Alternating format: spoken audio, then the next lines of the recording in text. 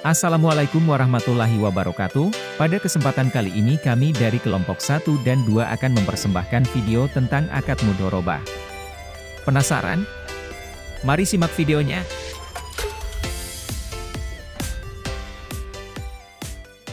Teman-teman, sepertinya kalau kita membuat bisnis kuliner seru kan? Wah, boleh tuh.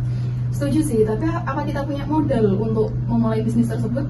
Pastinya sih kita butuh modal yang banyak. Gimana kalau kita mencari orang yang mau bergabung dan memberikan modalnya untuk bisnis kita nanti? Saya ada kenalan sih beberapa orang. Mungkin nanti bisa saya tanyakan ke mereka apakah mereka mau bergabung dengan bisnis kita ini. Boleh, boleh.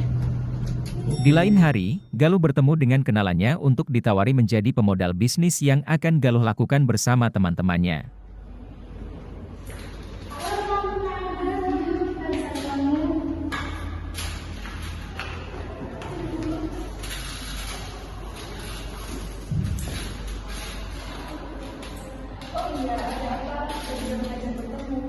Jadi gini, saya dan teman-teman saya berencana ingin memulai bisnis baru. Nah, sepertinya menarik. Kalian mau bisnis apa ya? Bisnis di bidang kuliner, tapi kita keterbatasan modal. Sehingga kami memutuskan melakukan akad mudorobah untuk memulai bisnis ini.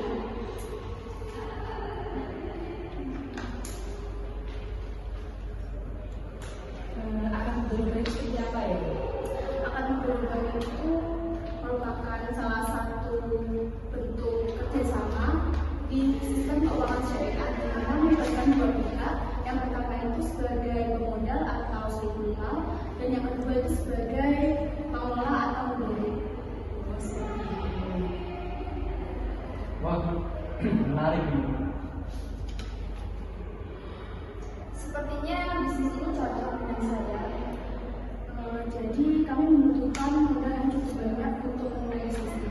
Apakah mungkin kalian sedia menanamkan modalnya untuk bisnis kami ini? Jadi saya cukup tertarik dengan bisnis yang Anda tawarkan. Mungkin saya siap menjadi pemodal atau investor di bisnis. Saya juga tertarik dengan bisnis ini dan saya berminat untuk bergabung. Saya siap memberikan modal untuk bisnis ini. Saya juga bersedia bergabung dalam bisnis ini sebagai pemilik modal. Oke, saya mau menjadi pemodal untuk bisnisnya. Baik, terima kasih teman-teman. Lain kali kita bisa bertemu lagi untuk melanjutkan pembahasan kita mengenai akad. Selanjutnya, pihak investor melakukan diskusi melalui Zoom. Assalamualaikum warahmatullahi wabarakatuh. Baik, di sini saya Henidia Lutfiani dan teman saya Erwina Nurlaila dan juga Faisal Akil Darmawan dan juga Balkis. Di sini kami selaku pemilik modal dalam akad mudhorobah. Jadi di sini saya akan menjelaskan mengenai catatan transaksi yang ada dalam jurnal dalam bentuk kas. Jadi penyerahan investasi dalam bentuk kas. Jadi untuk tanggal 1 bulan Januari 2023, pemilik modal menyerahkan dana sebesar 200 juta kepada dalam periode akad dalam kesepakatan 1 tahun. Untuk nisbah bagi hasil pengelola dan pemilik modal yaitu 4:6. Untuk yang di jurnal bagian sohibul mal atau pemilik dana, masuk dana investasi mudhorobah sebesar 200 juta di bagian kiri, kemudian dalam bentuk cash, jadi masuk dalam akun kas sebesar 200 juta. Kemudian tanggal 31 bulan 12 2023 atau akhir tahun, jika hasil pengelola dana selama 1 tahun selama 2023 memperoleh pendapatan 100 juta, dan yang kedua yaitu menanggung beban sebesar 20 juta rupiah.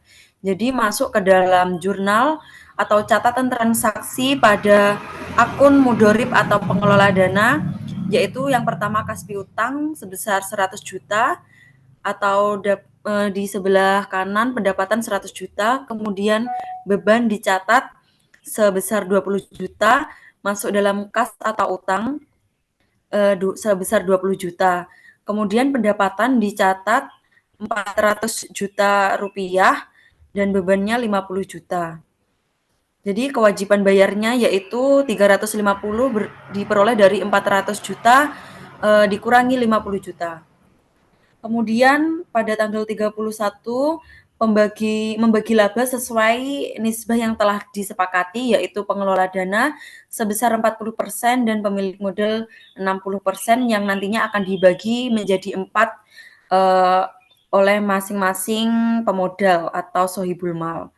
Kemudian pembayaran kepada pemilik dana masuk dalam pencatatan dalam jurnal sohibul mal atau pemilik dana, yaitu kas sebesar 210 juta diperoleh dari 40%, mohon maaf, dari 60% nisbah tadi yang telah disepakati dikali 350 juta hasil dari kewajiban atau pendapatan yang belum dibagikan.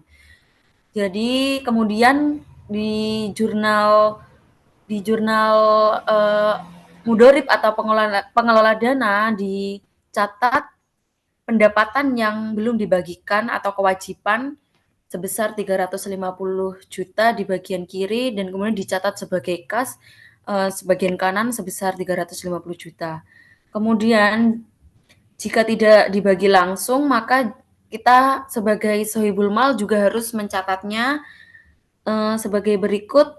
Piutang bagi hasilnya 210 juta, terus kemudian kita mencatat pendapatan bagi hasilnya 210 juta, kemudian saat penerimaan uang kita juga harus mencatatnya sebesar 210 juta di bagian kiri, kemudian piutang bagi hasilnya 210 juta bagian kanan.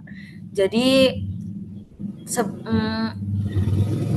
laba yang sudah dibagi sebesar 210 juta tadi dibagi menjadi 4 karena pemilik modalnya terdiri dari 4 orang. Jadi setiap pemodal mendapatkan nilai sebesar 37.500.000 per orang.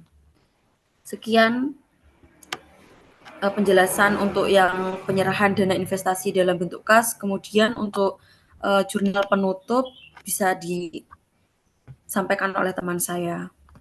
Baik, di sini saya Erwina Nurlaila akan menjelaskan mengenai neraca jurnal penutup pemilik modal. Pada tanggal 31 Desember 2023 melakukan ayat jurnal penutup untuk bagi hasil.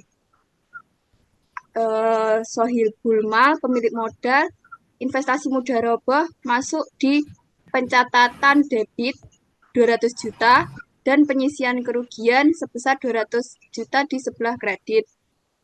Selanjutnya, pada tanggal 1 bulan Januari 2024, pengembalian investasi mudharabah pada akhir akad dan menerima sebesar 200 juta. Pencatatannya yaitu kas di sebelah kiri 200 juta dan penyisian keuangan mudharabah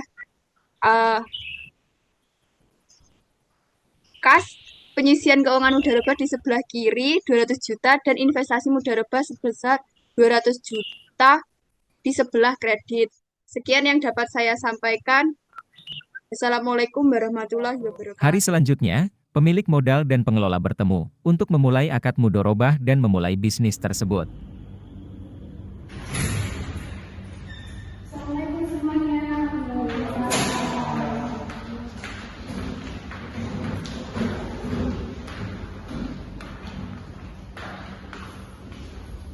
Terima kasih telah datang. Silakan dulu.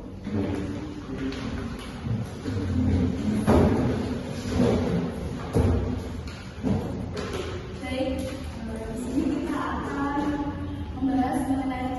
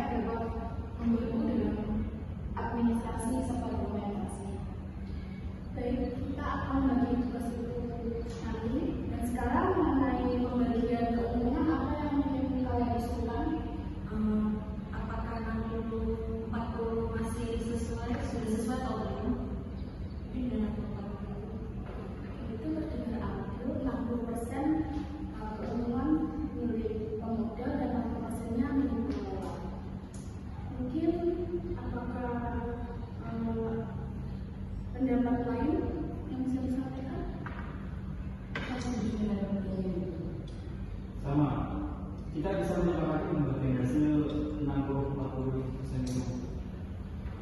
Baik, berarti ini sudah disepakati. Lalu apakah ada hal lain yang akan kita bahas atau perlu kita tambahkan dalam diskusi kali ini? Mungkin kita perlu mendiskusikan tentang regulasi dan untuk penutupannya bagaimana. Saya setuju. Bagaimana jika kita sepakati pada dasar utama dan masa perpanjangan? Itu berarti kita bisa mengevaluasi kinerja dan melihat apakah perpanjangan perlu dilakukan. Saya merasa itu akan berfungsi. Apa kita perlu menambahkan ketentuan lain? Mungkin kita bisa menerapkan mekanisme jika ada keuntungan atau kerugian yang signifikan, misalnya kita bisa berkumpul bersama dan bekerja bersama. Saya setuju. Bagaimana dengan pendapat kalian? Apakah setuju dengan hal ini? Oke, baik kalau begitu kita bisa menyelesaikan hubungan akad ini dan mulai mempersiapkan segala sesuatunya. Terima kasih. Terima kasih juga. Semoga bisnis ini bisa sukses ke depannya.